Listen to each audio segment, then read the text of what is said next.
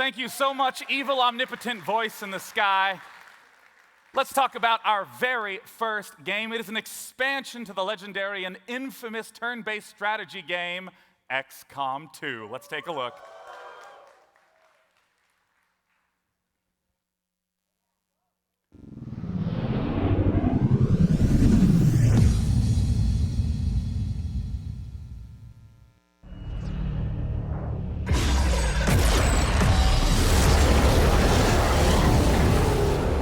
Supposed to be here.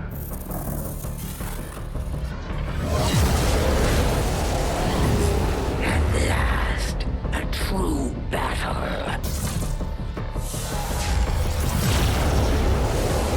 Oh, if only you knew the truth.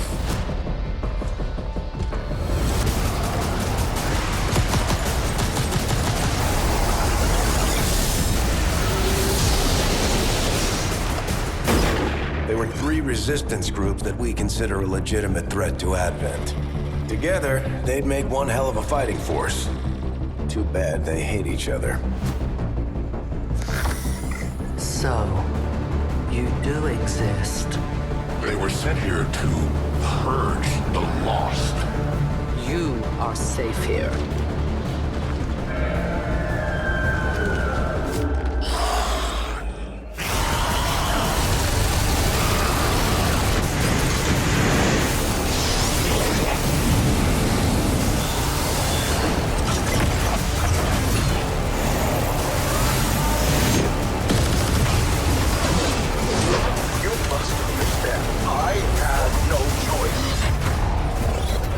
Can't be good. Advent Hobbit. I suppose we should begin then. Now the real war begins.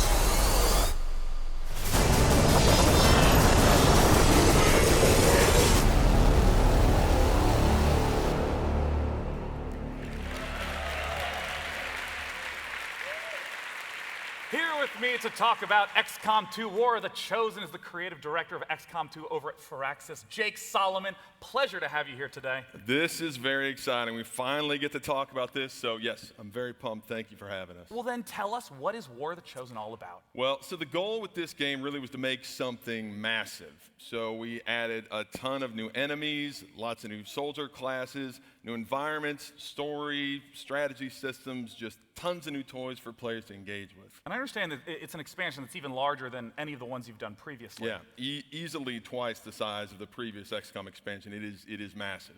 Well, let's go ahead and start talking about some of the content that's in there. Who are the Chosen? The Chosen, right? You saw them, they starred in the trailer.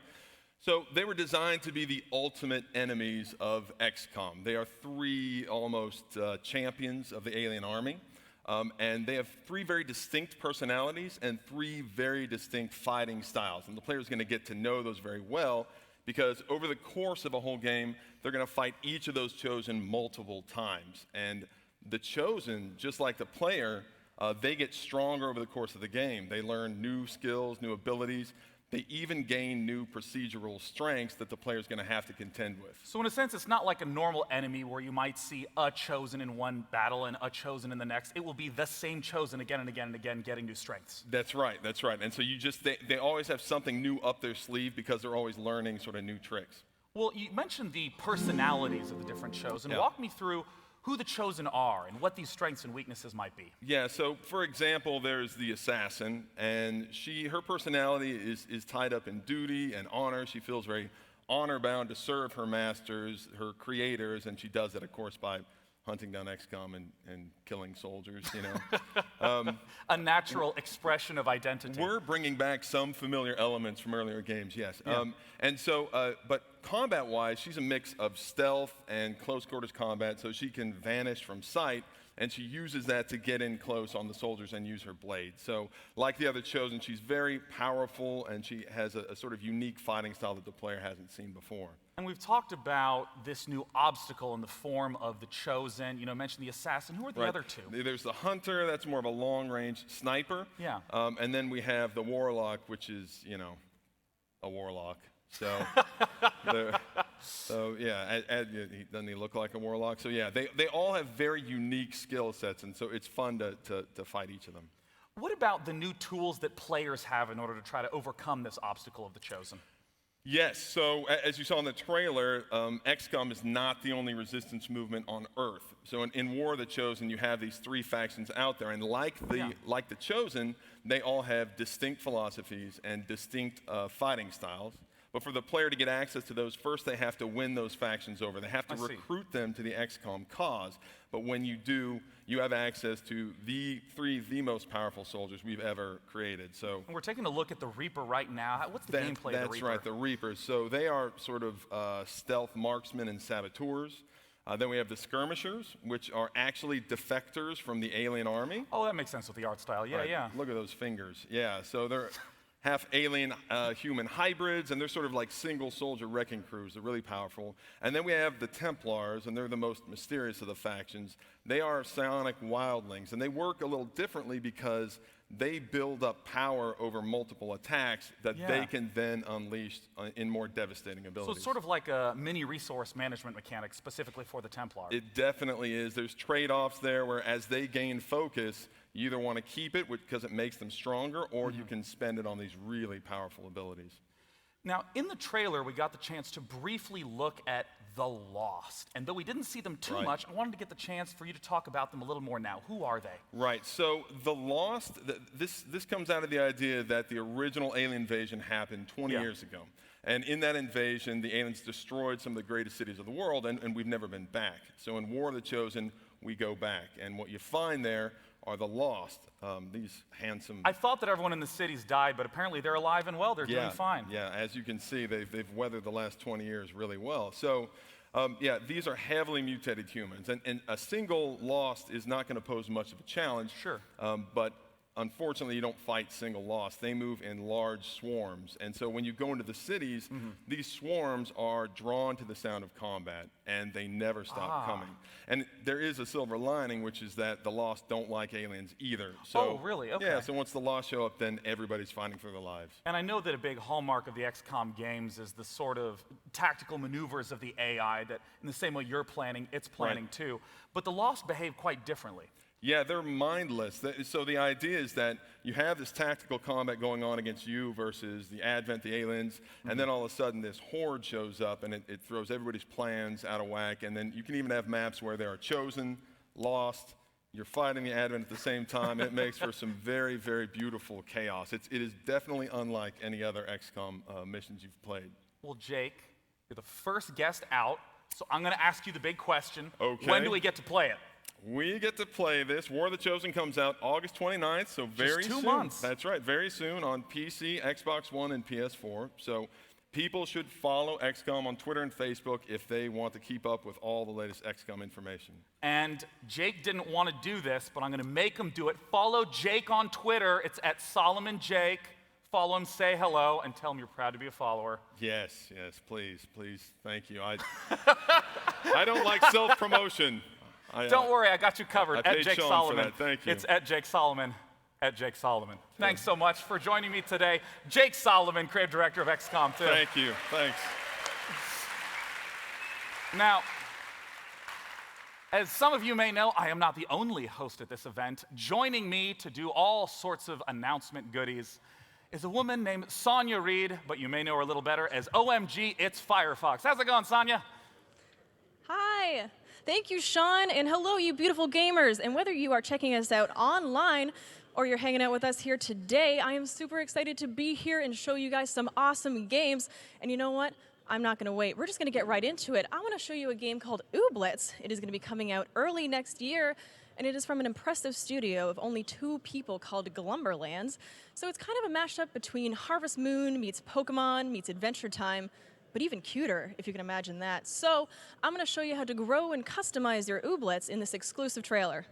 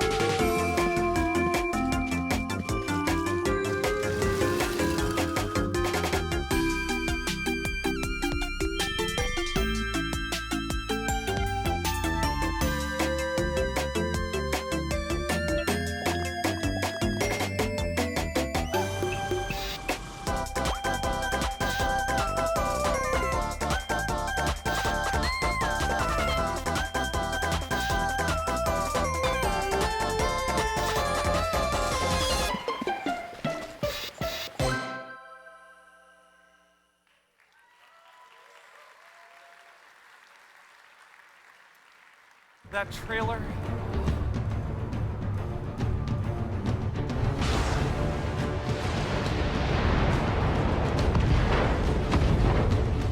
I'm on him.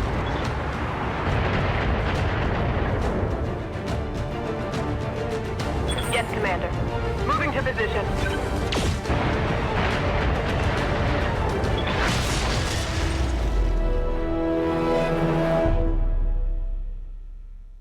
That Ooblets trailer makes me oh so happy, and the previous one you just got the chance to see is the old school tabletop game Battletech, distilled into its purest form on PC. And here to talk about it from Harebrained Schemes is Jordan Wiseman and Mitch Gittleman. Welcome, gentlemen. It's a pleasure to have you up on stage. Thank you very much. Woo! Yes, that's the spirit. Oh, hell yeah. Now, there's been a lot of games based on Battletech. Tell us about this incarnation. By all means, Battletech is a modern, turn-based tactical game set within the MechWarrior universe. And there's going to be 3 modes of play. A single-player skirmish, a multiplayer skirmish, and then our open-ended mercenary campaign. Well, I want to hop straight into some of that single-player content by taking a journey to the Argo. I understand that, there's all sorts of combat goodies that we're going to see in a moment, but the Argo is in between missions. Walk us through what we're seeing Right, so here. the Argo is a broken down hulk of a spaceship from a bygone era, and it is your mercenary command center. You could take it all over space, going from star system to star system, and taking mercenary jobs from all sorts of different people, from petty dictators all the way up to the great lords and ladies of the noble houses. And from there, you can also command your entire mercenary crew. There's Samiri, she's your navigator, and you command her and all of your mech warriors as you take your jobs and upgrade your ship. I'm curious a little bit about the storyline in the single player. Sure. So you're going to see in a few moments Lady Kamea Arano. She's a deposed ruler. Her throne was taken by her uncle, and you are going to jump in and help her regain her throne. Of course. It's been plunged, the whole space has been plunged into a bloody civil war. And these, of course, are the tools of negotiation and diplomacy called battle mechs. And here in the mech bay, which is one of the key components of the Argo, you're able to customize the mechs, adding different weapons, changing out weapons and armor, heat sinks, all that kind of stuff. Yang here is your master of ceremonies. He's one of the key crew members, because fixing these mechs after you come back from combat, you're a merc. You're supposed to make money. Taking damage, sets you behind, and so that's a really delicate balancing act. I can imagine that trying to get all the parts that you need for your ship can be a little difficult. Absolutely. That's why things like, especially in this time in era where parts are scarce, battlefield salvage is an important part of the game, and that also gets into like when you take out an enemy, try to leave the parts you want.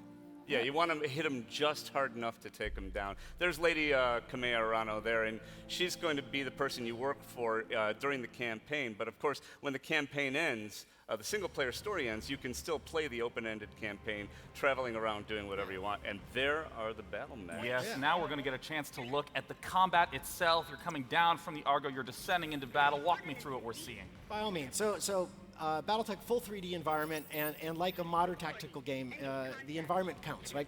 Line of sight, sensors, cover. Even though you're, friggin' 30-foot tall, covered in armor, hiding in a forest still helps. It soaks off damage. And so all of those are kind of core components of any modern game, and especially facing, which is really important in this game. Facing really matters in Battletech. Battle mechs aren't giant bags of hit points. Instead, they have 11 different armor locations. There's internal structure. They have the internal components, these critical slots filled with all sorts of important pieces. So what you're trying to do is strip off the armor from one location and then keep your facing to try and penetrate it, get to the juicy bits. Yeah, I see this diagram at the top. It's reminiscent of the original tabletop game, which I actually played as a kid. And As a kid, huh? Thanks, pal. I understand the it's the same sort of idea where damaging the arm disables that weapon, but the mech can keep going. And you keep going on, you blow that arm off, and they lose those weapons. And the back is really juicy and tasty, too.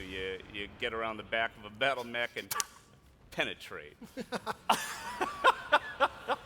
I said that out. We're live, right? We'll allow it. We'll allow there it. you go. What you just saw there is Melee. One of the things we're really excited about. I mean, mechs were not only weapon systems; they're giant, armored suits, and so going up and being able to slug and kick and just even put a foot through a cockpit or death from above, jump up and slam down on mechs. All that stuff is supported in this game. And you really want to manage your heat too. You're walking. These mechs. The pilots are sitting on a giant nuclear reactor, basically, and so you really want to watch your heat, how much like this guy here is your overheating. different weapons do, because if you shut down in combat, you are quite vulnerable. It's been really fascinating to watch a lot of the streams because I know you guys just went into beta. Where can the people here go to sign up to play? Why, Sean, they can go to BattleTechGame.com. That's BattleTechGame.com. Come find us on BattleTechGame.com. And if you're interested in a used mech, this is the guy to talk to. That's right. Now, I'd like to state again, BattleTechGame.com. Thank you guys so much for coming out. Jordan, Mitch, it's been a pleasure. Thank you. Cheers. Now, our very next game you may recognize from PC Games past. To talk about it, we got Sonia in the mezzanine. Thank you, Sean. Our next game is to come to us from our friends at Tales World Entertainment, and they have been working on an awesome open-ended action medieval RPG game, so I don't want to waste any more time. Let's just get right into it. We're going to check out the trailer for Mount & Blade 2 Bannerlord.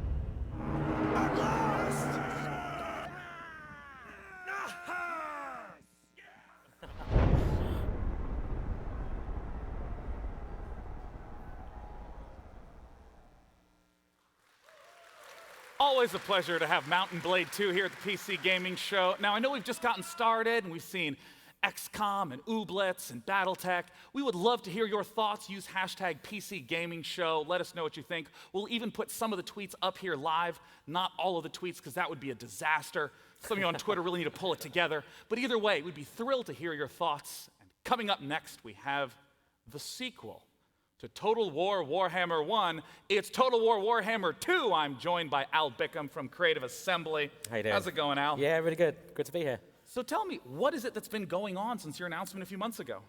Quite a lot, really. I mean, this is we're working on the second game in our trilogy.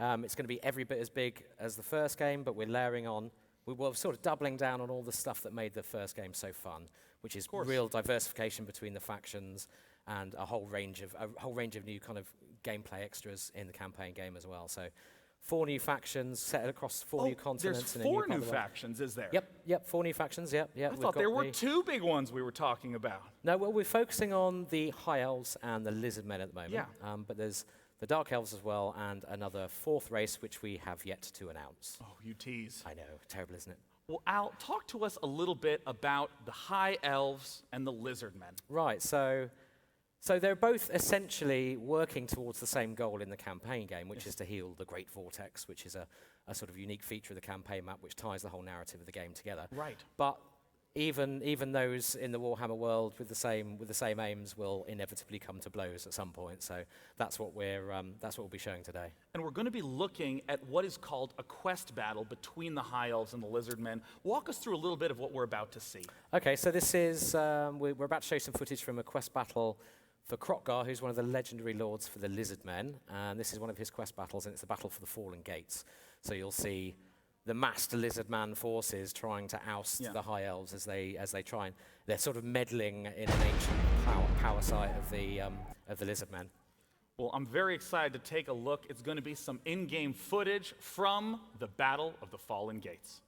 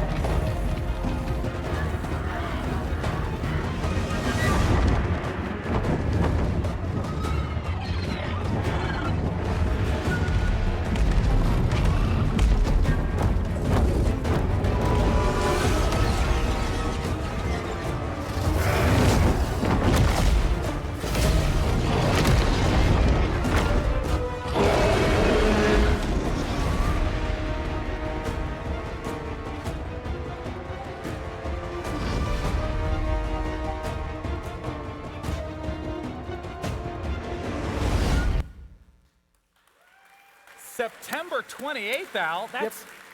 That is the first time I think we've got the chance to see that official release date. Yep, we're announcing that today. We're officially out on the 28th of September. So we're available for pre-orders now. We've got an early adopter bonus, which is a really significant sort of bunch of new content for Warhammer 1. It's a new Awesome. race pack, in fact.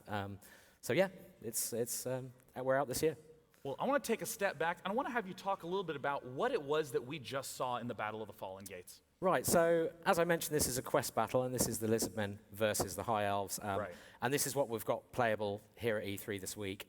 So you'll be able to take control of the Lizard Men in that battle and experience that immense diversity and all the crazy stuff that's going on in their army, because they're essentially an army of ancient spacefaring dinosaurs. And they, small dinosaurs that ride big dinosaurs with Aztec space lasers, and it's playing with Warhammer. It's just dinosaurs all the way down. All the way up and all the way down. Yeah. So and Warhammer gives us these toys to play with, to make the game with. It's awesome. Well, backing out of the battle, I know that the campaign map in Total War Warhammer was a big hit. What's going on with the campaign level in Warhammer 2? So in Warhammer 2, we've got a ton of new campaign features which lead you to kind of explore and discover and gain new abilities and that kind of stuff. And it's all based around a sort of overarching narrative, so all the races are in tension right until the end. But we're also, shortly after launch, we're also releasing a free update for the game, which will bring the combined campaign map into play, which is the landmass from Warhammer 1 and Warhammer 2 together in a gigantic campaign map where you can play any of the races that you own from both games, Well, I understand you have presence here at E3, not just in this show, but also on the floor. What are players going to get the chance to play there? Yep, so they can play the Battle of the Fallen Gates. We've got 2 difficulty modes, so a kind of starter difficulty mode and a veterans difficulty mode. And they'll also get to see, we're also rolling, when you play it, you'll see the actual campaign map as well. We've put a video together that details loads of the new features in the campaign map, so you can actually see that in action as well. So if you get a chance, go play. It's really good fun. Well, Al, I want to thank you for coming out and talking to us today about pleasure. Total War Warhammer 2. Once again, feel free to check it out on the E3 floor, or if you're at home, there'll be tons of footage and updates about the Battle of the Fallen Gates. Now, our next game is in the card game genre, a genre where no matter how hard I try, I wind up playing bad decks and having fun. Here to talk about the upcoming expansion for Shadowverse is Kripparrian. Hey guys, how's it going? Kripparrian here. Today I want to talk to you guys about Shadowverse. Shadowverse is one of the best card games out there because it basically just does everything right. Every time I log into Shadowverse, I have an amazing experience. I can play whatever deck type, whatever deck, whatever cards, anything I want to do. And of course, every time there's new cards added to the game, this whole thing gets forwarded and really the game gets so much richer. And with that, ladies and gentlemen, I give you the worldwide debut of the Wonderland Dreams trailer.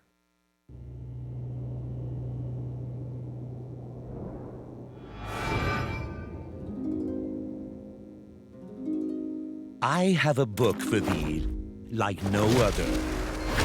Each page a window to a long-lost land, where fairy tales dovetail with myths, and wishes give birth to legends grand. Knights and dragons, or wistful love. Within this book, all ambitions bloom. But be warned, my fickle friend. A dark abyss awaits us all. For blood-pricked roses wishes be. But fear not to bite life's fruit, for in this land, courage is key. With bated breath, the door sweeps open, glory-bound or purged in flame. The hand you choose defines your fate. So I ask you, is this really just a game?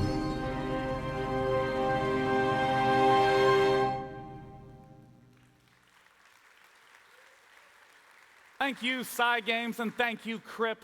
As you know, technology is an extremely important component to games, especially with the ever-increasing power of hardware and with new demands coming from VR. Here to talk a little bit about tech in games is the leader of the software development group at Intel. It's Doug Fisher. Doug, come on out.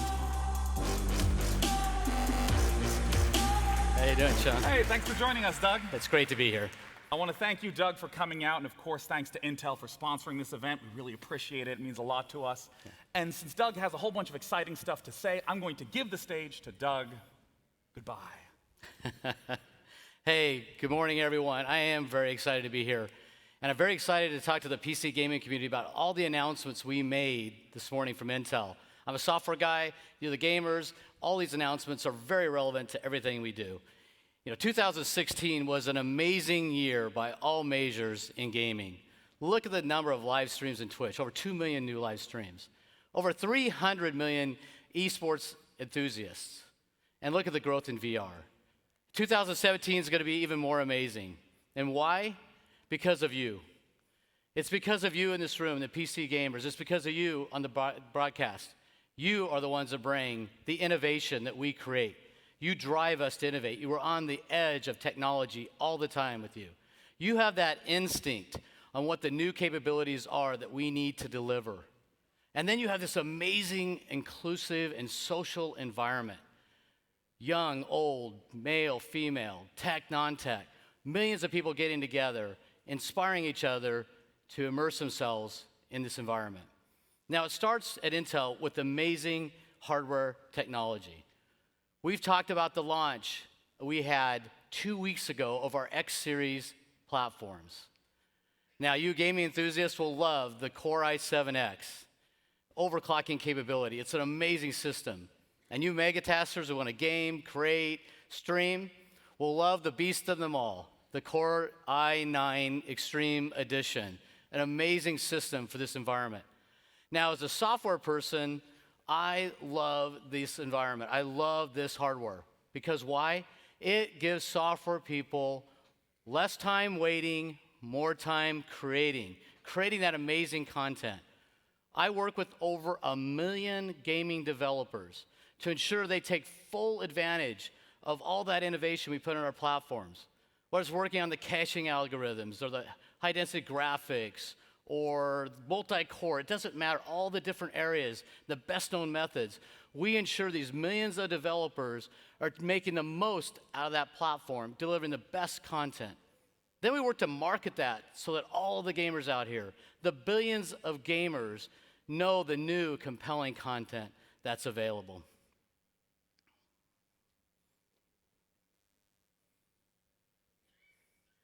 And this is just an example of some of the titles we work with. I'm sure you recognize a lot of these titles. These are just a few examples, whether it's Halo Wars 2 or Overwatch, or in the VR space, where it's Arizona Sunshine or The Unspoken. We're working with all these content providers to ensure they take full advantage of all those new capabilities. How many people have heard of Destiny? Yeah. I couldn't be more excited to tell you that we work with Bungie and Activision to bring Destiny 2 to the PC. Yes, we're bringing it to the PC. Yes, bring it up. That experience is absolutely amazing. And I can't think of a better person to talk about how amazing that experience is than the full-time live Twitch streamer and YouTube broadcaster. Welcome on stage, Tefty Teft. Hey, Tefty. Hey, Doug. How you doing? Good. Great to see you. Thank you. I'm honored to be here. So you really do live, eat, breathe, sleep, dream Destiny. I do. I play a lot of Destiny. I've got thousands of hours, hundreds of raids completions. I've built my community around Destiny on Twitch, and I'm a co-host for one of the founding co-hosts of Destiny Community Podcast, one of the biggest podcasts specifically for Destiny. So I know a lot about Destiny, and I play a lot of it. That's great. And so when you play it, have you experienced it on the PC yet? I have, yeah. I got to play it at the event. I got to say, the PC experience is amazing. As somebody who's played a lot of hours in Destiny, everybody knows how is it going to transfer, how's the experience going to go from console to PC, are they going to actually be able to deliver? And I can say 100% sure that the PC experience is incredible. When I got to play it, I was blown away. I popped Dawnblade, used a mouse and keyboard, and rain and fire from above. It was amazing. You guys, if you're a fan of Destiny, you're going to love Destiny 2. That's awesome. Yeah. So, is anybody out here going to be able to participate and play with this? Oh yeah, absolutely. It's going to be on the show floor. The other thing too is they've got tons of PC support as well that's being added to it. So 4K is going to be beautiful looking. It's got 21:9 ratio, uncapped frame rates. I mean, for me personally, I'm going to be looking at pushing 144 or higher for FPS because it's going to be so nice. And yes, absolutely. On top of that, Bungie has told me something specific that is exciting for the high CPU core count chips. They are optimizing the engine so it will take advantage of all the cores in your CPU. So if you do have an i9 Extreme, which, hey, you know, maybe hook me up. All right. If you have an i9 Extreme, it will be able to take advantage of all those cores. So that's great. As an enthusiast, PC enthusiast myself, I'm very excited about that potential for Destiny 2. I can't wait to run it out maxed with as many frames as possible. Well, fantastic. You guys all have a chance to take a look at it. Maybe you and I can play later today. That'd be great. All right. It's good. It's going to be on the E3 show floor. So. Fantastic. Yeah. Thank you very much, Thank Tefty. you. Appreciate All it, right. Doug. Big hand.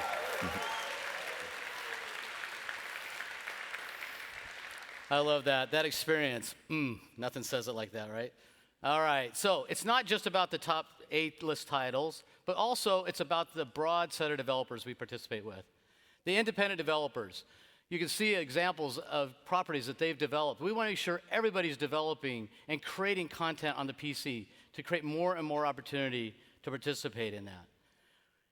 We're inspiring these developers through a contest called Level Up. Take a look at the sponsors between Intel, you got Green Man Gaming, Epic, and Razer sponsoring this event. We have real luminaries judging, like Tim Schafer. Yes, Tim Schafer is going to be judging this contest. The winner will be announced at PAX West in Seattle in September. I encourage you to participate. It's a great event. It's a great opportunity for independent developers to get involved and participate. And why do we care? As a software guy, why do we care? Because we want more and more content out there, more opportunities for games for others to participate. We want to discover the next big thing on the PC. We don't know where it's going to come from. So we want lots of people participating on our platform so that the next big thing is built on top of the PC.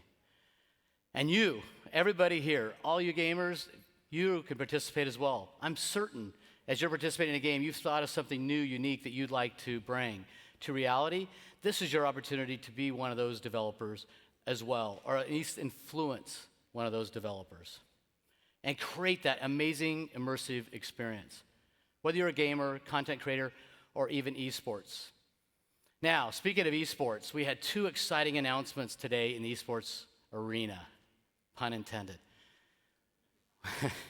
with ESL. The first being, we have a landmark deal with ESL. Intel is now the global technology provider for esports for ESL.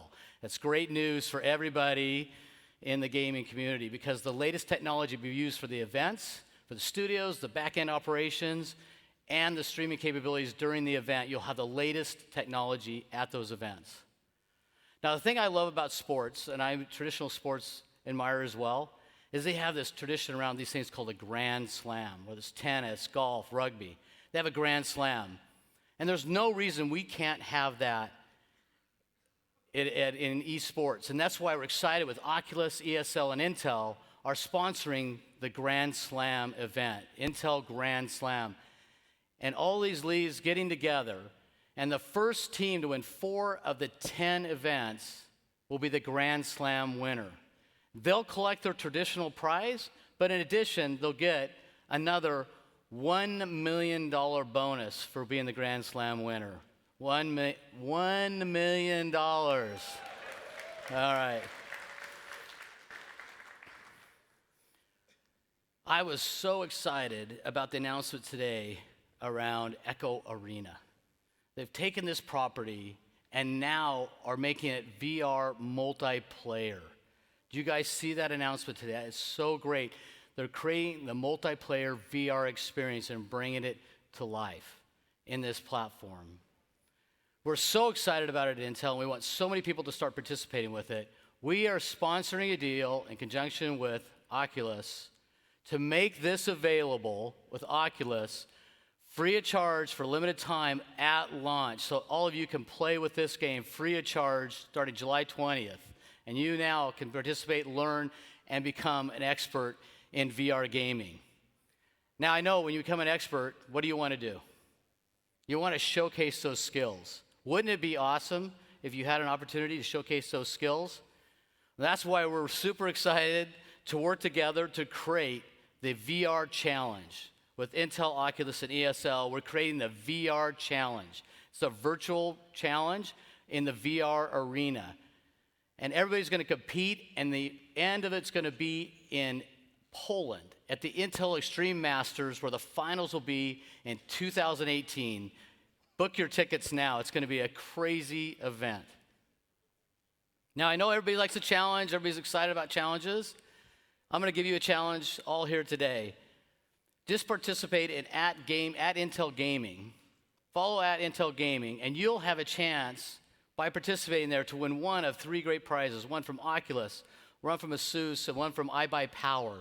You'll have a chance to win one of these prizes just by participating in this challenge. And don't dismay, all those will have Core i7 in the systems. So it's a great opportunity to play, participate, and bring up that challenge. So the future is here now, the future of gaming. You can just feel it growing and growing. You see the immersive capabilities. And why is that happening? Because we have amazing Intel hardware. As a software person, that helps me participate in creating amazing and compelling content and those new immersive experiences we all want to have. So the realm of possibilities are here now. An example of that is VR. So I'm stepping away now. I'm going to go up and look at the Echo platform, Echo Arena, and see how it goes, and I'll be back in a minute. So Sean? Doug.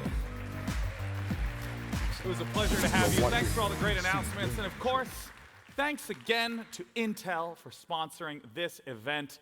Keep in mind, if you look at the time, we're not even halfway done yet. We have all sorts of games still yet to be announced. So let's go ahead and look at what's to come. You're watching the PC Gaming Show. Coming up, Brendan Green joins us to talk about the future of his smash hit, PlayerUnknown's Battlegrounds. And a new game from Klei Entertainment. Back to you, Sean. No, it should be to Sonya. It's time to take a look at an upcoming game up in the mezzanine with Sonya. How's it going, Sonya? Thank you, Sean. So as a Firefox, this is a game that pulls on my heartstrings and does not let go. and I just want to hear more about it. And luckily, I've got the perfect person to talk to today. I am joined by Felix Kramer on the game formerly known as Secret Legend, but you've got some special announcements. I saw some secretive tweets from the Dicey Twitter account. You did. Do you want to talk about that? Well, you're exactly right. We were known as Secret Legend, but today we're announcing our new name, Tunic. So you can head to tunicgame.com to find out more about that. And we're announcing that we're pairing with publisher Finji, who you may know from their incredible work on Night in the Woods and Overland. That's so exciting. Thank you. Congratulations. Thank you so much. So I want to tell you, it wasn't just the fox that sold me on this game. I love the beautiful, charming graphics, and honestly, I just want to see more of it. Can we check out the trailer? Let's do it.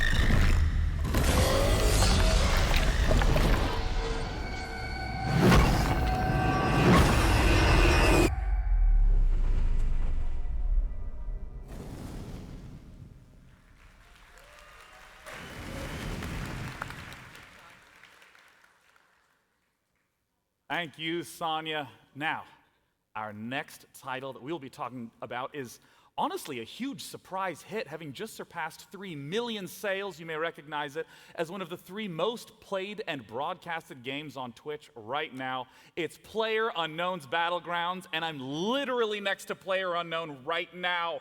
Brendan Green, welcome. Thank you. Good morning, everyone. Yeah. Thank you. I gotta say, it has been amazing to see the runaway success of your game. What's it been like for you? It's been immense. I mean, really, the reaction we've got from players and content creators has been tremendous, and I want to say thank you to everyone for that. It's been great. And thank you for the experiences, both of the joy of winning and the, well, I guess the joy of a bullet flying through my head out of nowhere, and I'll never know why. You gotta learn to love the salt. Love it. Well, I understand that even though a lot of people treat the game almost as a full release right now, Yeah. it's still technically not released yet, and there's a whole lot more to come. Talk to us a little bit about what's in store. So we have, our focus at the moment is to sort of stabilize the game, get the servers up to spec, but also we have, 2D, 3D replays planned for in-game replays. We have new weapons coming every month. So yeah, no, but our current focus is really just get the game competitive and stable. So suddenly fences are no longer the most impossible object in the game. You can climb over them. Yeah. So our content programmer Marek, he's done a really great job getting this system to be dynamic. So it doesn't matter what object you're in front of, you'll jump or vault over it. Yeah, so in terms of jumping and vaulting, is it? Yeah, vaulting. Is it sort of, when you say that it's dynamic, does this mean that the taller the obstacle, the more difficult it is to climb over? Yeah, exactly, and it has different animations for each different thing, so vaulting, climbing. Now we also have weather, so. One of my favorite aspects, of course, is the rain map in the game. Walk me through what we're seeing here. So this is our new weather settings. This is fog. You just saw clear day.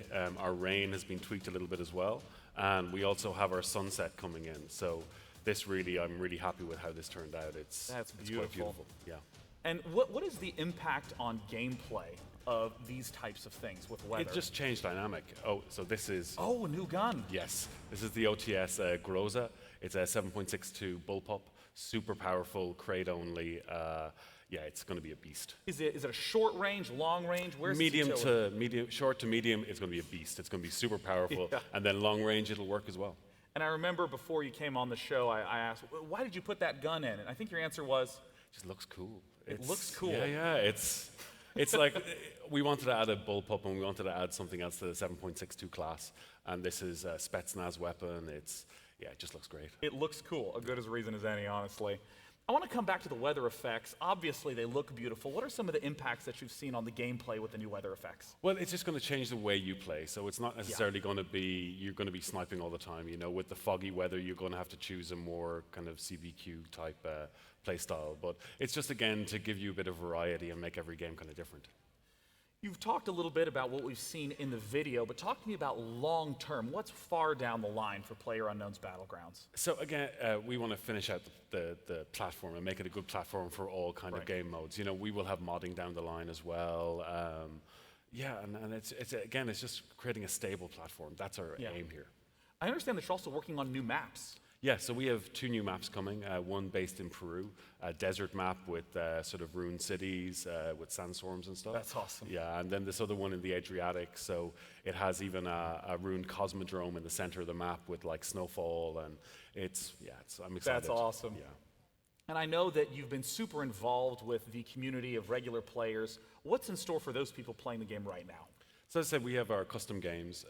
We have the 3D replays, which I'm really excited about because it allows you to watch your match back in the engine with a free cam and slow motion and stuff like that. Which is great for content creators. Exactly, right? So you can content creators, Yeah, and it'll just give you a new way to create like machinimas and stuff like that within the game. Yeah.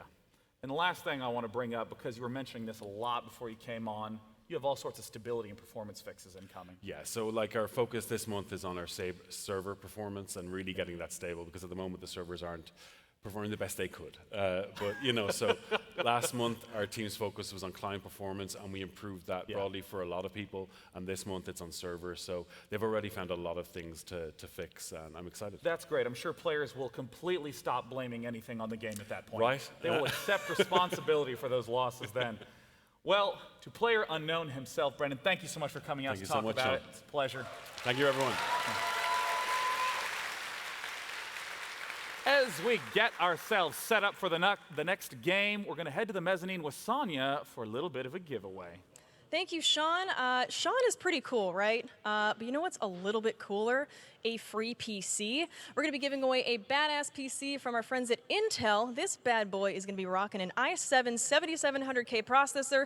There's a lot of 7s in there, and it's going to be running a NVIDIA GTX 1080. It is worth more than $2,500, so if you want a chance to win, head over to PCGamingShow.com/giveaway and put in your information.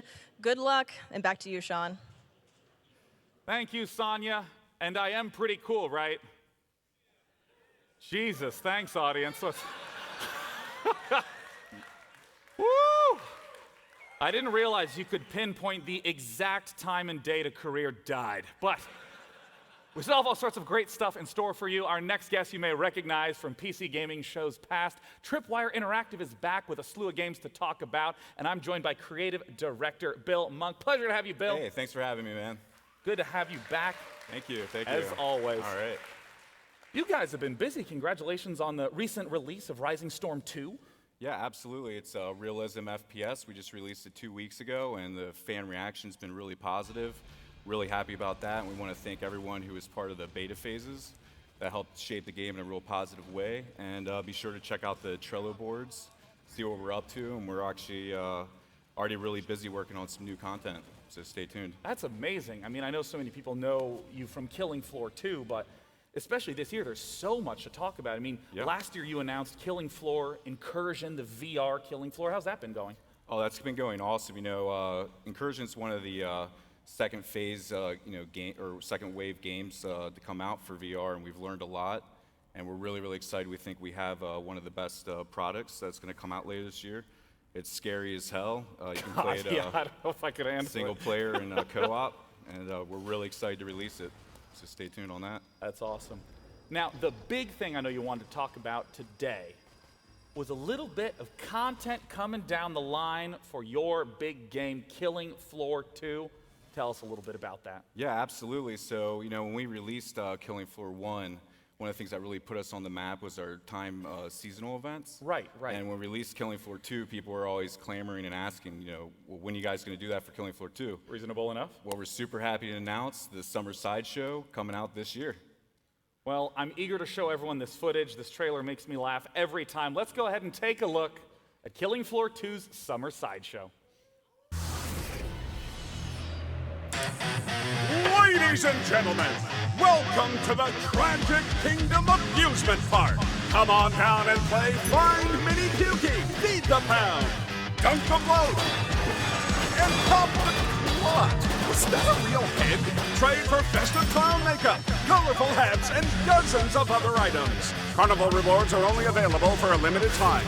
See the adorable pinhead and marvel at the mighty strong clown. Oh, what is wrong with him? Hear the bearded beauty, the siren from Fiji. I think I'm gonna be sick. Backed by popular demand. Come see Pukey the Clown and the Monkey Man. Why does the monkey have a chainsaw? Find romance in the Tunnel of Love. Swing on the Queen of Chains. Look at the... Ow! Scream on Pound Mountain! Oh, but that's not safe! See the death-defying fire stunts of Dr. Infernum's Pyrotechnic Emporium! Oh, is he actually on fire? Why is that person on fire? Earn new achievements and triumph a new HC-12 shotgun and tactical lever-action rifle! Why do you need a shotgun at a carnival? I don't care, it's unlockable! Why does the carnival cleanup crew need hazmat suits? No, I'm done. This is a horror show. I'm getting out of here. If you can hear this, run! Warning. News and outbreaks and variants and behavior detected. Be alert for new challenges, modes, and threats in the weekly outbreaks.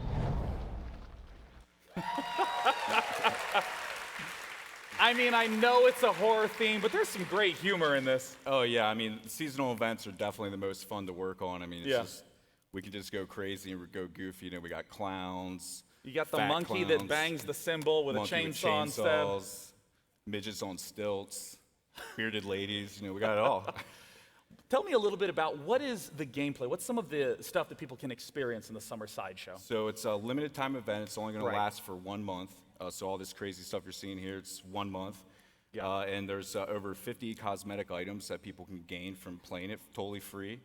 All the Zeds have been replaced. All the voices have been redone. We also have mini games that are, thrown out throughout the Yeah, map. I saw the carnival games right at the start of the trailer. Yep. We've also got 2 new weapons that we're introducing. And we also have this other mode that we're really excited about. It's the weekly outbreak Yeah, I saw the mode. weekly outbreak at the end of the trailer. What's the weekly outbreak about? So each week, new gameplay mode comes out with new challenges for the player. We have one, it's starting out with Cranium Cracker, and that's a headshot only mode. And So then no we have- damage unless it's headshot. Yeah, exactly. And then we have another one called Tiny Terror, where every time you shoot a Zed, they actually shrink. They become like little midget Zeds, which is really crazy. And whenever the players get hit, they shrink too.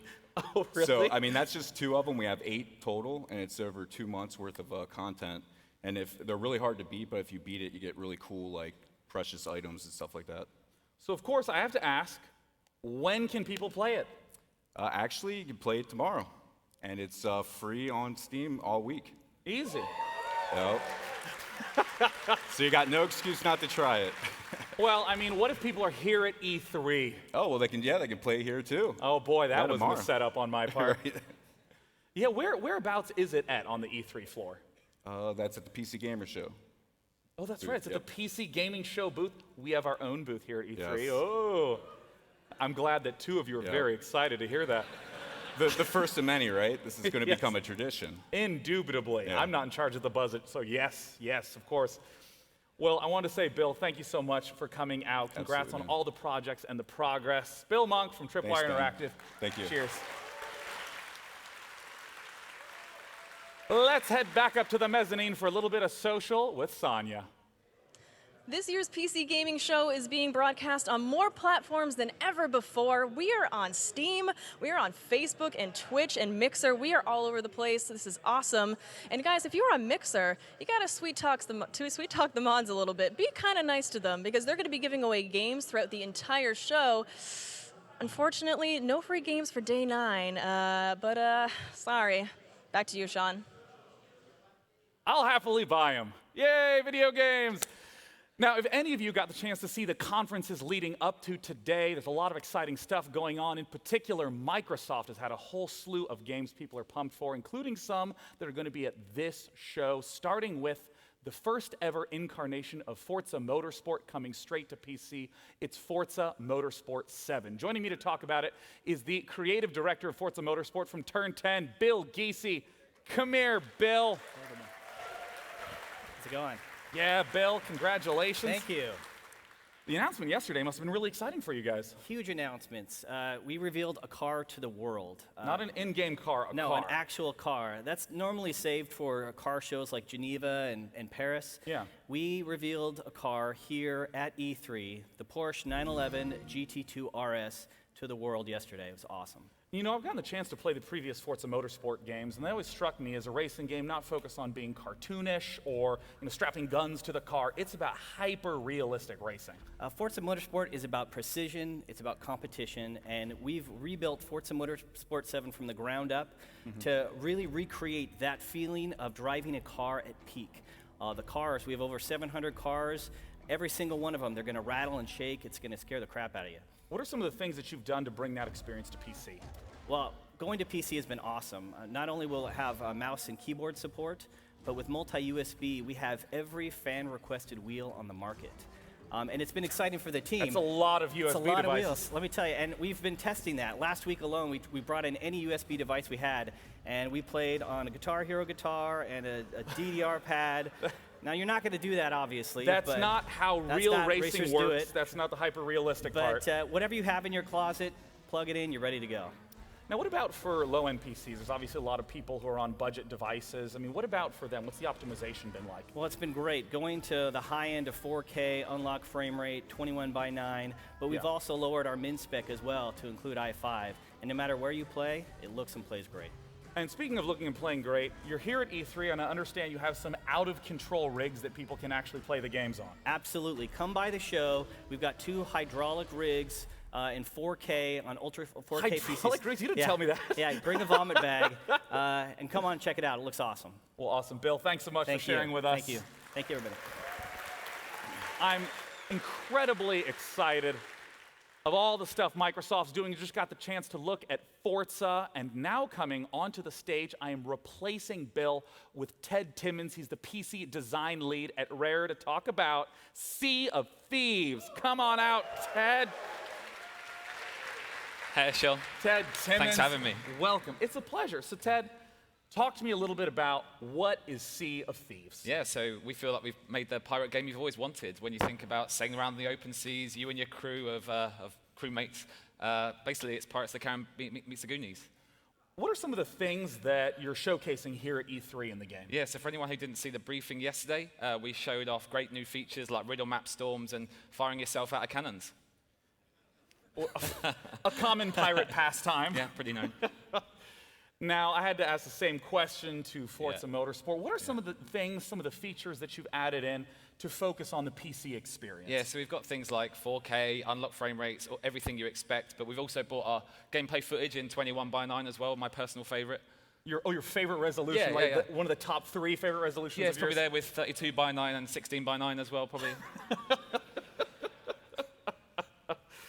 So, tell me a little bit more about the PC version. Obviously, it's probably a challenge to try to develop for 2 different devices at once. Yeah, so we decided to change our approach to the game. We're actually building both versions in parallel because we felt that's how we deliver the same game on the same day. So it's not a port from one device to the other? Correct, yeah. We felt it was really important just to build them together from the very beginning. Just one single code path? One single code path, yeah. Awesome. Well, I know a whole lot of people here are curious to get their chance to play it. Is there an official release date or an opportunity for them to play it? Yeah, so we're coming to both platforms in early 2018, but right now we have a technical alpha. You're welcome to come sign up. We have thousands of PC players playing already, so yeah, come join us, seaofthieves.com. Once again, Ted Timmons. Awesome, thank you very from much. Rare, thank you. Cheers, guys. Seaofthieves.com. Now, this next title is one I'm personally very, very excited about, given the fact that when I took one look at the trailer, the striking visual style just grabbed me. It's an evolution of Cyberpunk, a game called The Last Night. Here to talk about it is the creative director at Odd Tales. Join me in welcoming Tim Sauret. Hello, Pleasure, Sean. Tim. Hello. Welcome. Pleasure for me.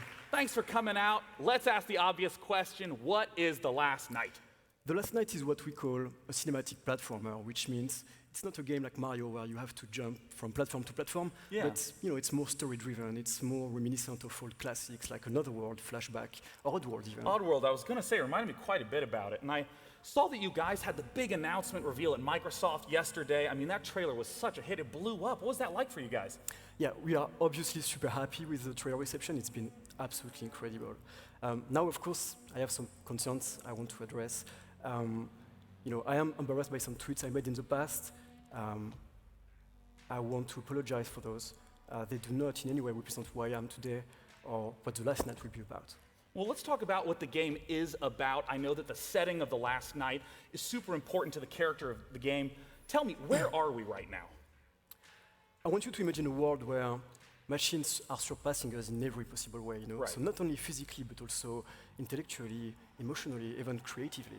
So in a sense, like any job that you could possibly imagine, an AI does better. Absolutely. Including being a host for a PC gaming show. Including that. Well, I imagine, thank you, this one person who is also excited about the booth. Now, in terms of this world, this must give a kind of sense of existential crisis to all the inhabitants. Yeah, like the way I can... Like, what is it like to be a person in this world? So, in a world where you're not valuable anymore in production, the only thing you can really do is to consume endlessly, right? So what we're trying to see with this game is how do you define yourself, when you don't have anything to create or to strive for. Yeah, and I can see, obviously there's the futuristic lighting and the visuals, but there's also that sort of drab, dreary tone. This art style is amazing. I mean, all of these assets are in 2D, but it has so many modern effects. How did you even think of this? So it all comes down to my background in VFX and advertising, basically. So I wanted to, explore what I could do with 2D and pixel art, and just augment that and enrich it with like modern techniques of lighting and compositing. Right. And we've talked a little bit about where we are, about the art style. Who are you? Who do you play as in The Last Night? Yeah, so the character you get to play is a young idealist, I would say. Yeah. And because of a childhood accident, he cannot enjoy the same gamified, augmented life than everybody else. Right. So because of that, he wants to change the world. And on you want to his have way, like an impact and a meaning. Absolutely. So on his way to do that, he's going to meet some questionable characters you have to trust or not on your way. What about the gameplay? What are the things that, if I'm the player, what do I do in The Last Night? So we took inspiration from some classic genre like point and click and adventure games.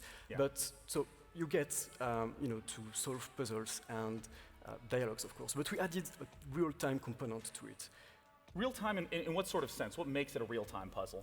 So it means that, while you are busy breaking in an apartment, for instance, all the simulation is still happening around you. So police come around, and you have to be careful about that. So in a sense, like, if I tried to break into the apartment at night, the police might be on patrol at that time, but if I came in the morning, there might be no police, but the resident might be home. Absolutely, yeah.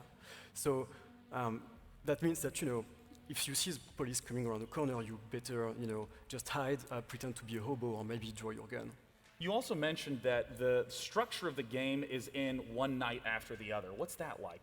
Yeah, so the game is structured around several nights, so it spans on several nights, and they are all interconnected, which means that what you tell people on the very first night, and what you do also is all remember. So if I'm just in a conversation and just walk away in the middle of it?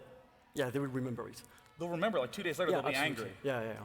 That's fast. That must add a huge amount of replayability since the world is just changing based upon Yeah, your we're taking a lot inputs. of pleasure to hide a lot of stuff in the city, and we hope the community will have fun to get that out collectively. So, yeah. Well, again, I love the art style. I love these story-driven adventure games. Thank you so much, Tim. Thank you, Sean. I'm looking forward to it. Cheers. Thank you. Bye. Once again, that's oddtales.net for more information about The Last Night. Now, this next game surprised me. I'm sure it will surprise you because of its style. It's from the makers of Arma, the realistic military simulator, and DayZ, the zombie survival game. This one has a much more playful tone, though. Let's look at the next title from Bohemia Interactive. It was the mother of all storms. But somehow I just knew everything was going to be... Well, being stranded on a desert island is a lot of fun. You get to meet new friends. You get in shape. And you learn how to craft. And because it's your land, it won't take long before you call that place a home. But that's just the beginning, because here, you can do anything.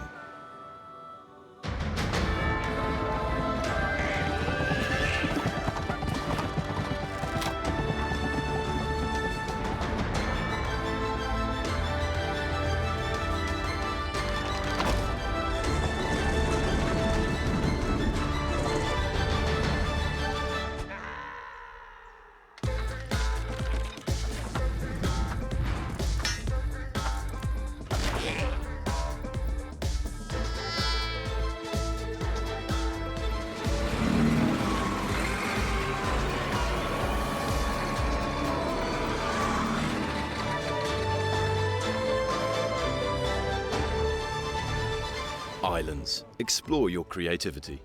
Visit us at islands.com. Here to join me to talk about Islands is the creative director from Bohemia Interactive. It's Alish Ulm. Welcome, Alish. It's a pleasure to have you here. Thanks for joining us today. Thanks, Sean. Thanks, Sean. What kind of game is Islands? Okay, so Islands is a sandbox game about survival and exploration, but at the same time, in Islands, you can create your own games, your own adventures, just like the ones we've shown in the video. Yeah. Actually, Islands stands for your lands, lands that you create where you make the rules. And it's almost like a sandbox game, not where you're necessarily building a structure, but you're trying to build an experience. Yes, exactly. And I have to ask, given the fact that the style of it contrasts so sharply with Arma and DayZ, what is it about Islands that still makes it a Bohemia game? Yeah, we get this a lot, but actually beneath the surface, there are still the core values that make up a Bohemia game. Yeah. It's still about exploration and finding out how things work, about creativity and imagination. And just like Arma or DayZ, we're trying to create a platform to connect players with each other when they play online or when they create something new and share it with the community. And I know that modding is a legendary part of Yes. Bohemia's history. What are some of the lessons that you've learned from Arma, learned from DayZ, and brought to modding in Islands? Well, we have our own editor. It's not a standalone application. It's a part of the game. Oh, really? I mean, I'd assume that it was just outside like all other editors. No, we would like players to be able to prototype their creations really quickly. Yeah. And so in the editor, the players can obviously create something new, but they can also decide to open and modify existing games, ones that we created or ones that other players made for them. Yeah, I mean, we got the chance to see some scenarios in the initial trailer. Like, those are the ones that you're referring to. Yep. That is fantastic. I mean, tell me a little bit about what it is that we're seeing right here on screen. Well, this is just some random multiplayer game. There are two guys. Initially, there were three. I think one just like fell down the bridge. They are trying to get some kind of treasure, and yeah, they are setting the explosives. Mm-hmm. I mean, I want to ask about, I know you guys are here at E3. Hey, look, it's the treasure. I know you guys are here at E3. What are some of the things that players can get their hands on at this event? Well, we'll be showing some of the games that we created with the Islands game editor, but at the same time, we'll be showing how they can use the editor to create those games. That's awesome. And I mean, I know there's a way for people to play right now, is that right? Yeah, actually, they can already play the alpha version of the game. It's available as a part of our Bohemia Incubator program. They can find more information on our website, islands.com.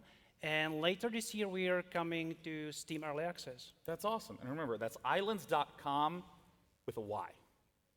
We're good. You can remember that. So I want to say, Alish, thank you so much for coming out to Thanks talk for about having us. Islands. It's been a pleasure. And of course, I hope you're as excited as I am to come up with some total nonsense when I sit down to play. Our next world exclusive is going to be up in the mezzanine with Sonia. Thank you, Sean. I am so honored to be a part of this world-exclusive reveal from developers Klei. You might recognize their name from games like Don't Starve or Don't Starve Together for lonely folk like myself. And last year at the PC Gaming Show, they actually revealed their sci-fi colony sim game, Oxygen Not Included. And this year, they are back. And they are back with a bang. And I am so excited to reveal their upcoming sci-fi RPG game. It is called Griftland.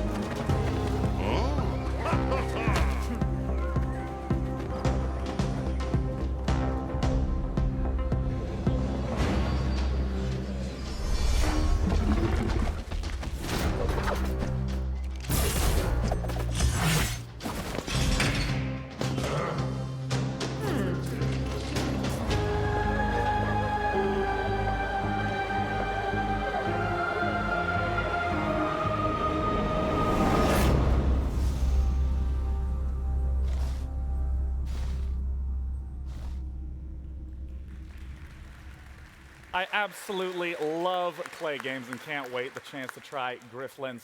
Now, this next title is an interesting one because I'm not someone who plays many VR games, but I got a chance to check this one out several months ago, and I was immediately hooked, so I can't wait to talk about it with the creative director from Ready at Dawn. It's Rue Virasuria to talk about Lone Echo. Welcome, Rue. Thank you It's good to have you here. Now, Rue. Yeah. I've gotten the chance to play Lone Echo, but a lot of people here maybe haven't seen it or heard of it. Just walk us through what is the game. So the game, the Lone Echo, is a single-player experience in VR where you play a cybernetic AI on a mining station in the rings of Saturn, and basically in the game you're allowed to move in zero-G freely. You can interact with everything inside the environment, and also you'll see that you have an NPC that you can interact with. You can use your hands basically to go everywhere you need to go. This was the thing that was so amazing for me. You stand still and then you use your arms to grab onto objects in the environment, to push and pull yourself around. And it was really amazing to move that way. I've never seen this before. Exactly. I mean, that's basically where the genesis of the project was. We built the mechanic to build the game. So the mechanic was this idea that came from watching ISS space station astronauts, moving around. And we just basically made this motion that allows you to navigate using your hands just like you would use your legs. So it's been a few months since I got the chance to play. What's been happening in terms of the single player? Here you got some fancy new voice actors lined up. Yeah, we did actually. When we wrote the story for it, we actually had an actor in mind, somebody that a lot of people out there know, Troy Baker, and Troy decided to take on the role for the AI. And of course, another thing that we get the chance to talk about is the multiplayer component to Lone Echo called Echo Arena. Rue, how does this game work? Basically, it's a futuristic VR sport where you play, 10 people play in 2 different teams to get a disc inside each other's goals. Now, you might be a little bit confused as to how exactly that works, but don't worry. We're going to take an even closer look at what the gameplay is like for Echo Arena.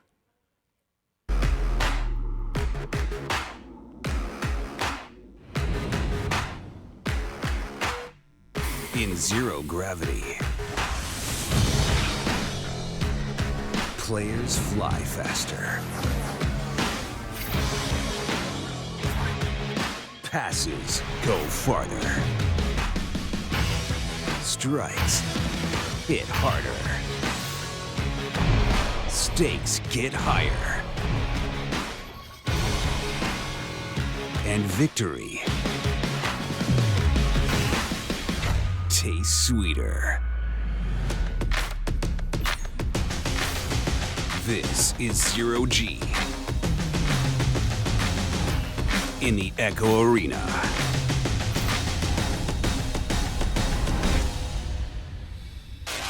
Anomaly detected. What the hell? Jack, are you seeing?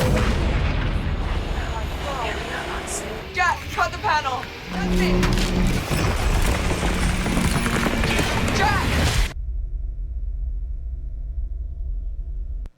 We are up here with Echo Arena in action as some of the Ready at Dawn developers are playing against each other. So, Doug, welcome back. Hello. Thank you. It's awesome to have you. But listen, before we get into VR, I really wanted you to tell me a little bit more about the Grand Slam event. Yeah, I'm pretty excited about that. I'm a big sports fan. So tennis, golf, rugby, they have their Grand Slam. Now we have it at esports. So with Intel, ESI, and DreamHack, we now have our Grand Slam, which is really exciting. That's awesome. That's exciting. So I'd like to know a little bit more about Intel's involvement with this game. You know, we've been involved working closely with the best VR developers for a long time, and I'm excited to work with Ready at Dawn as they're delivering the next second-generation VR game. They've been an ideal partner to enhance that experience to scale to the most performant CPUs like the i7 and i9. That's amazing. So I was really excited to hear about your announcement earlier. Yeah, Ready at Dawn, Intel, and Oculus, we announced that Intel is sponsoring a free release of Echo Arena to all Oculus Rift users when it launches on July 20th for a limited time. And this is because we want as many users as possible on this system. We want to ensure that everyone, including these guys behind us, the gamers behind us as you see, that they try and experience the future of VR and esports. So speaking of esports, I would really love to hear more about Intel's involvement with esports. Intel has a long history as a leader in esports. We worked with companies like ESL for the Intel Extreme Masters. And we're excited about Echo Arena and the growth of VR esports. And that's why we're expanding our partnership with ESL and Oculus to launch the VR Challenge League. It kicks off in July, and it features Echo Arena and the Unspoken. And it gives esports enthusiasts the opportunity to compete in VR at key upcoming events, with the finals happening in Poland in 2018 at the Intel Extreme Masters. Okay, well that sounds kind of awesome. Well, thank you, Doug. I cannot wait to play this game. It's going to be coming out July 20th, and you can pre-order it right now, and Rift owners can actually try the open beta on June 23rd. So back to you, Sean. Thank you, Sonia. And once again, I got the chance to play Lone Echo, and I want to stress, you just have to play it. The single-player experience is especially mind-blowing. So once again, that's Lone Echo. Our next guest announced a game 2 years ago under the title Project Blue Streak, and we now know it as Lawbreakers. Here to talk about not just gameplay, but cold, hard dates is the CEO of Boss Key Productions himself, Cliff Bleszinski. Welcome to the stage. Thanks for having me, man. Now, Cliff, I know that you guys in the past have been doing a lot of alphas and betas. How have those been going? They've been going well. The alpha, it was all right. And then the first beta was good. The second beta was great. We're doing our final closed beta June 28th. If you have a key, sign on to Steam, download the latest update. And then we're doing our Rise Up event, which is a full open beta June 30th. Hop online, play the game, let us know what you think. And I got to ask what it has been like to have people play the game, to give feedback in those betas. How has that shaped the experience? Well, a lot of developers and publishers, they do these kind of bullshit marketing betas where they're like, oh, it's our beta and the game's out next week. I'm like, that's not really the case. You're not going to be able to fix anything. So for our game, we found that the Rommers shotgun was way too spammy. Overcharge wasn't that exciting, so we sped that up a little bit, and we sped up the characters. We took actual feedback, and we're integrating it into the game. And these are more than just balance changes. I imagine that speeding up the pace of things creates a pretty different balance dynamic across the board. Yeah, I mean, you change one thing, it's the butterfly effect. It affects everything else. And is the game going to be balanced on launch? No. That's why we need people's feedback. Play the game, see what characters are overpowered, underpowered, and then we'll introduce new characters and reshuffle the deck. And I know that it can't be in beta forever, so Cliff, tell us when it's out. Can I get a drum roll? Audience, go! Do a thing! So the game is finally dropping on August 8th on PC and PlayStation 4. Oh, that's soon. $29.99, none of that $60 multiplayer-only bullshit.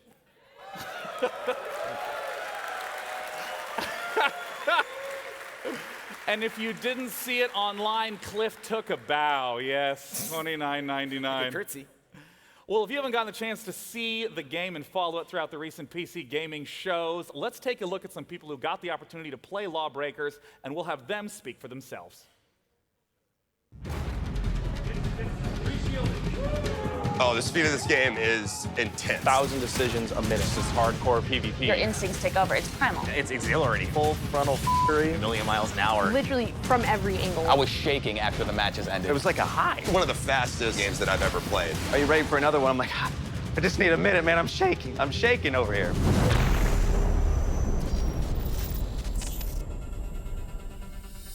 I think the thing people are going to find in this game the most enjoyable is simply how difficult it is. There's a pretty impressive skill gap. You can't just sit down and dominate within an hour or two. Practical skill required. Precision aiming, the ridiculously fast movement. And mechanically, it requires a lot of aim, a lot of vision and game sense. It's a twitch shooter. It's how a twitch shooter should be. The action's going to press you, and if you don't keep on top of it, you're just going to get blown off the map.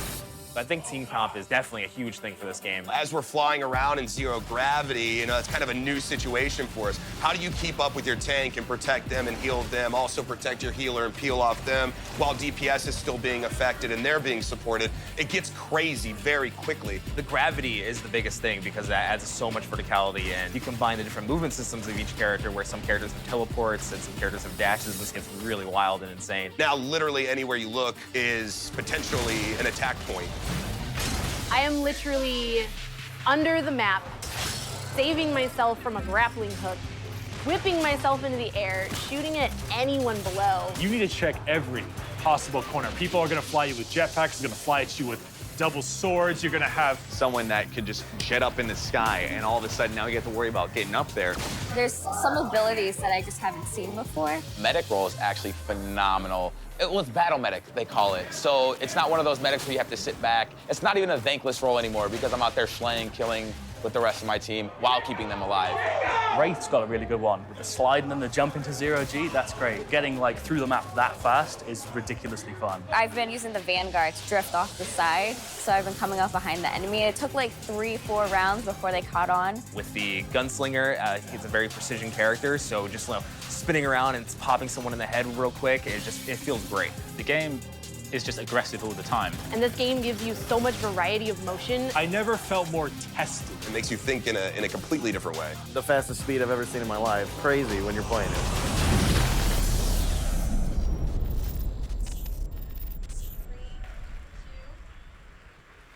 Just as a reminder, that Ballin Intel PC is still up for grabs. Don't miss out if you forgot.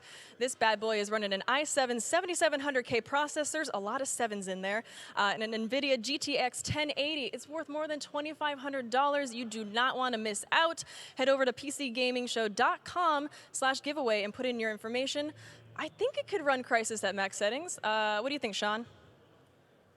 I think it can, Sonia. And I also think that it can run our next title. I am a master of transition. Our next game is from Chucklefish, the wonderful folks who helped bring you Stardew Valley and Starbound. Let's take a look at their upcoming game, Wargroove.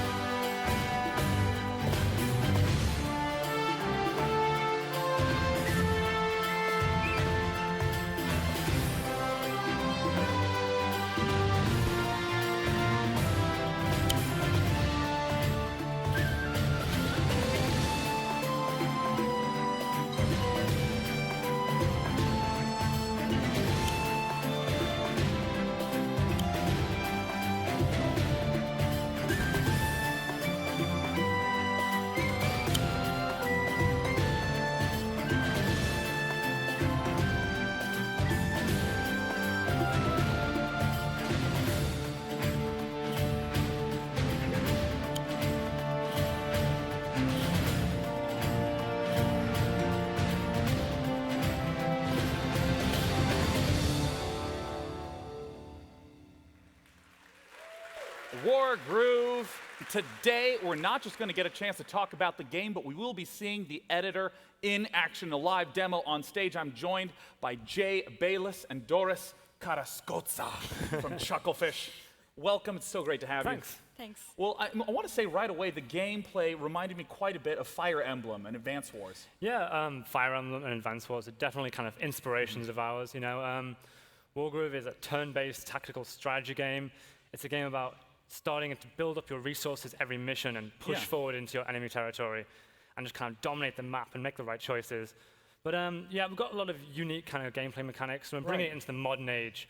We've got online play, mod support, and kind of content creation as well. Yeah, and that's one of the things that we're going to get the chance to look at today. Doris, who's operating the PC right now, tell us what it is we're looking at. So what we're looking at today is the world map of Wargroove, and this is our campaign editor. So these are the tools we use in-house to create Wargroove campaigns, and we're shipping them with the game so players can create their own scenarios.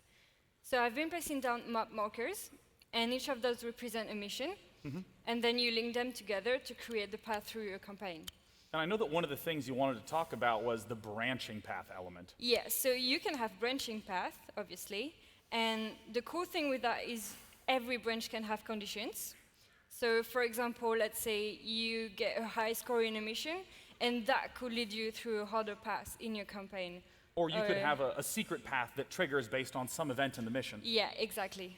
Well, let's hop into one of the missions and get that one started. And Jay, walk me through what it is that we're taking a look at. So yeah, this is our map editor. This is like straight drawing tiles straight into the battle screen. You know, it's really simple to use, really understandable immediately. You can just kind of draw those tiles straight in there and drop in the full range of units. Doris is dropping in a commander right now. What are the commander units about? Talk to me about that. So the commanders are kind of integral to the strategy of Wargroove. You have this unit that kind of represents like the king and queen in chess at the same time. They have unique abilities and act as your avatar in battle, and they're really powerful, so you can kind of push forward really heavily with them. But there's a lot of risk-reward in there as well, because if you actually lose that unit, then you actually lose the game. Oh, that's what you mean by the king comparison. Absolutely, it's both your power unit and the queen, but your loss condition is the king.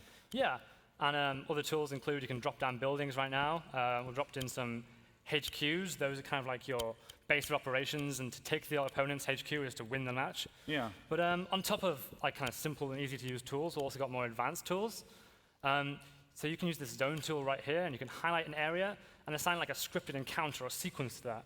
Okay, so you know, if I step into that forest, someone can pop out and attack me. Yeah, you could have bandits jump out and attack you from the woods. And the really cool thing about that is that that actually ties back into the campaign map we saw earlier. So maybe that will trigger a condition. Maybe after encountering those bandits, your story takes a different turn and you decide to go into the forest to fight more of them, and so on. Now, Doris, what is the process to go from this map to a playable game? So it's very simple, like as simple as sharing the map, actually. So you can just share your map, and if you want more content, just go online and download map, and everything in just one click, basically. And there it is. So let me actually take a step over to this timer here. It has been 3 minutes, and we have gotten the chance to design a campaign map, end a mission, and get it playable. That is incredibly fast. Jay, Doris, I want to thank you both so much for coming out to talk about this game today. Cheers, guys, and thanks for coming. Thank you.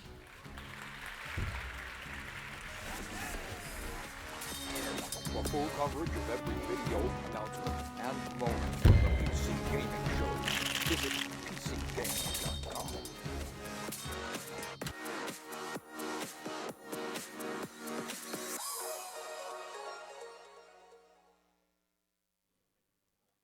The next game that we get the opportunity to talk about is the sequel to Middle-earth: Shadow of Mordor. It's Middle-earth: Shadow of War that has an officially announced release date. Guys, it's October 10th. Here to talk to me about it is Michael DePlater, the Vice President of Creative at Monolith. What is up, Michael? Hey, thank you very much. Thanks for the chair. Hell yeah. Well, the chair is a nice break from all that grueling standing. Yeah. And it gives us to do one of the most iconic things in PC gaming, this posture. There. Thank you.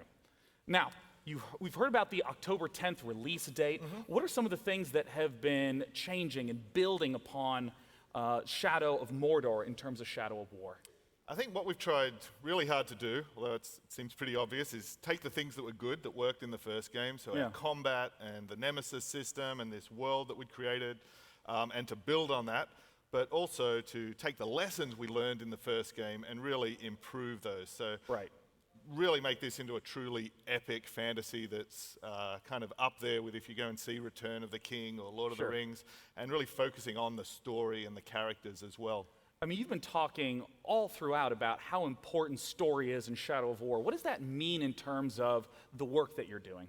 It means paying off the epic scale, so having these titanic full-scale battles. It means the stakes of the story, so we're facing the most iconic and powerful villains, you know, Sauron and the Witch King and the Nazgul.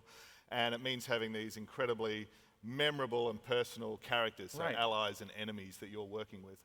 And in terms of E3, what are the types of things that you're showcasing here that people can see? Oh, the reason we're really excited for E3 is two things. People being able to get their hands on the game and play it. And also that we're going to be giving demos of the game, but because of the Nemesis system, every single demo we give, we have no idea what's going to happen. That's awesome. We don't know which orcs or which characters are going to turn up, which stories are going to happen. So every single time people go and see the demo, they're going to see something new, and so are we. And because of that, we really wanted to share that, not just at E3, but for anyone who wants to tune in and watch those demos as well. Yeah, and of course, you see all the information for how to watch those online throughout the entire duration of E3. I know that in a moment we're going to get a chance to delve a little bit more into those story bits with a unique cinematic based on one of the characters that was in the trailer. Can you introduce her for us, Eltariel? Yeah, so she's one of the new characters we're introducing into the world and into our story, Eltariel. She's the Blade of Galadriel. So she's essentially an assassin that's been sent to Mordor to hunt down the Nazgul and to hunt down anyone corrupted by a Ring of Power. And you, as Talion, are running around Mordor wielding a Ring of Power. So there's some interesting tension in that relationship with her. But she's this awesome character, and as well as that, she gets her own fully playable campaign in our first major story DLC as well, which is the Blade of Galadriel. Well, before we hop into that, I just want to say, Michael, thanks so much for coming on to talk about Shadow of War. We talked about how important story is to Shadow of War, so let's take a little bit of a look at 2 minutes of the cinematic, Eltariel meeting Talion.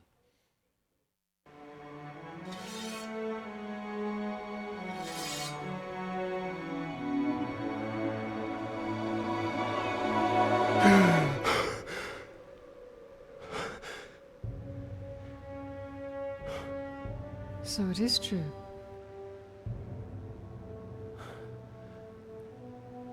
You killed me. And yet you live.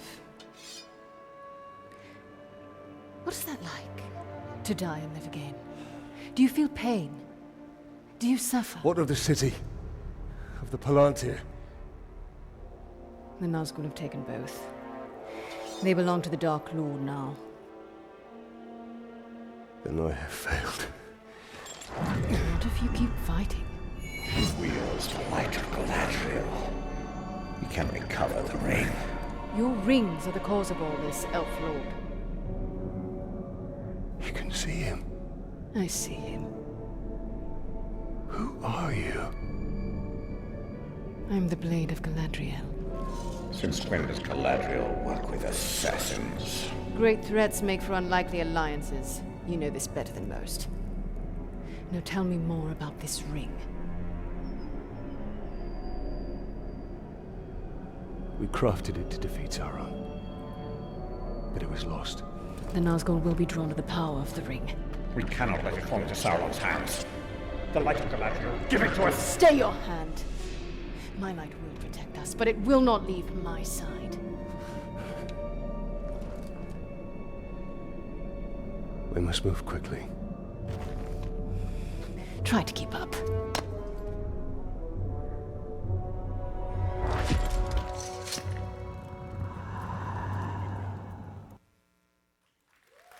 Shadow of War. As a huge fan of Shadow of Mordor, I'm really excited to see where the story goes in the sequel. And I'm pleased to say we have one final game to announce. It's from Microsoft, and I'm not even allowed to say the name yet. So joining me to talk about said unnamed game is a creative director from Microsoft Studios, Adam Eisgreen. Welcome, Adam. Thank you so much for having me on the show. Love being here.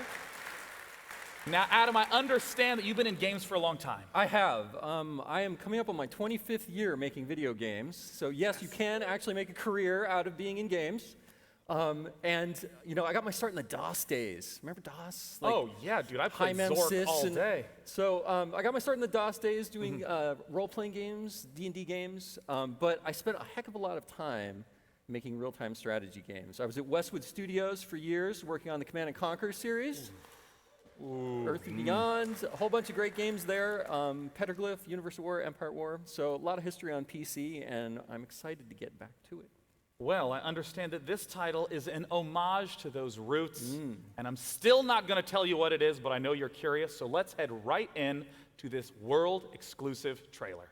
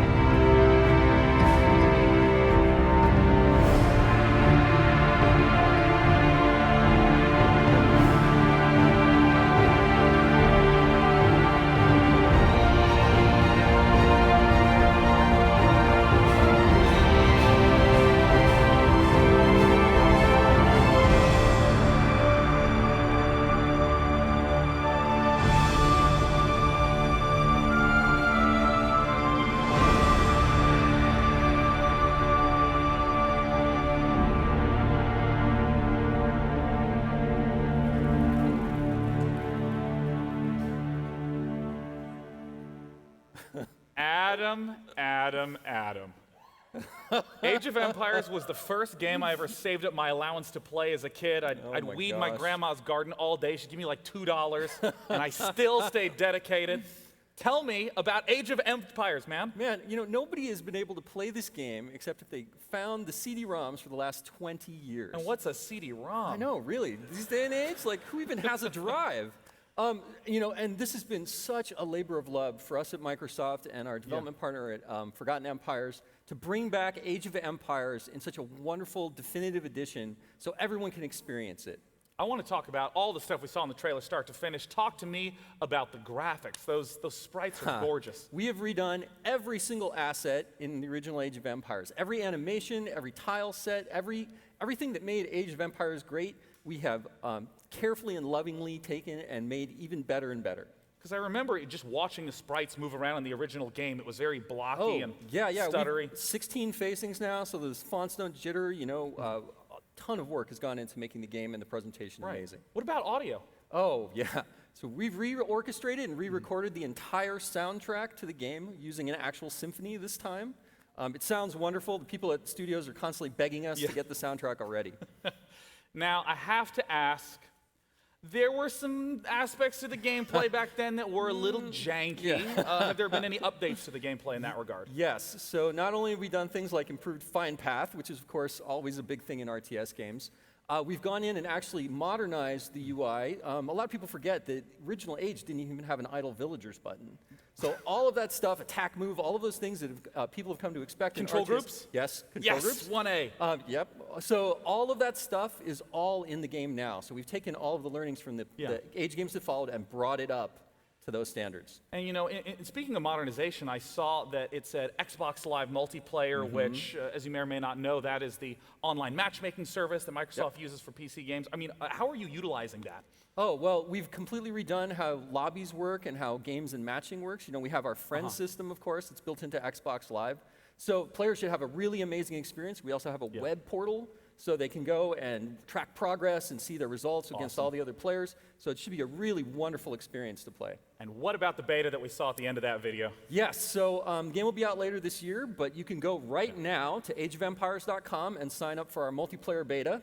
You know, RTS games are really, you know, our multiplayer is so important. And we want to make sure that this definitive edition of Age is the absolute best we can make it. Right. So, you know, multiplayer, please come sign, play with us, make the game great. You asked me before we hopped on that you wanted to say one more special bit, a little bit of a tease. We understand that it's the 20th anniversary of Age of Empires. What is it you wanted to say? So, yes, Age of Empires, the whole franchise will be it's hitting its 20 mark October of this year. You know, and this is the start, here at E3 with you, is the start of the celebration of 20 years of Age of Empires. And that party is going to roll. We're going to continue that. So you're going to hear from us again in Cologne, Germany at Gamescom in August. And we're going to be having a really wonderful Age of Empires event there and talking a whole bunch about, I think, stuff you're going to want to hear. I think I'm going to want to hear it. Yes. You tease. Well, let me just say, Adam, thank you so much for coming having out. me on. Super excited about Age of Empires. And with that, our slew of announcements comes to an end. Before we depart, let's head back up to the mezzanine with Sonia for one last hello. Thank you, Sean. I had an amazing time being a part of some awesome game reveals and kicking it with you guys today. If you want any more information on any of the games that you saw today, go to PCGamer.com. If you want to hang out with me and check me out on the internet, at OMG It's Firefox, pretty much everywhere. I had a blast, and for one last time, back to you, Sean. Thank you so much, Sonia. I gotta say, it was a blast. I hope you had a great time. Thank you all so much for coming out, all of you who braved LA traffic to be here in the morning, all of you who tuned in online, thanks to our sponsors, Intel, Microsoft, Bohemia, Tripwire, Cygames, and Nexon for help making this event possible. It is an absolute pleasure to have your support. And I'd also like to give a shout out to all the developers and the publishers at their recent conferences that have been going on in the last week. We were super excited about the titles there and following them closely because we're gamers at heart, and we hope that you too enjoyed what we had to share with you today. And as crazy as it sounds, E3 starts tomorrow. So we hope that you get the chance to get your hands on some of the titles that were announced in the last week that you're pumped for. From all the folks at PC Gamer and from me, Day 9, have a wonderful day and go play some video games. We'll see you next year.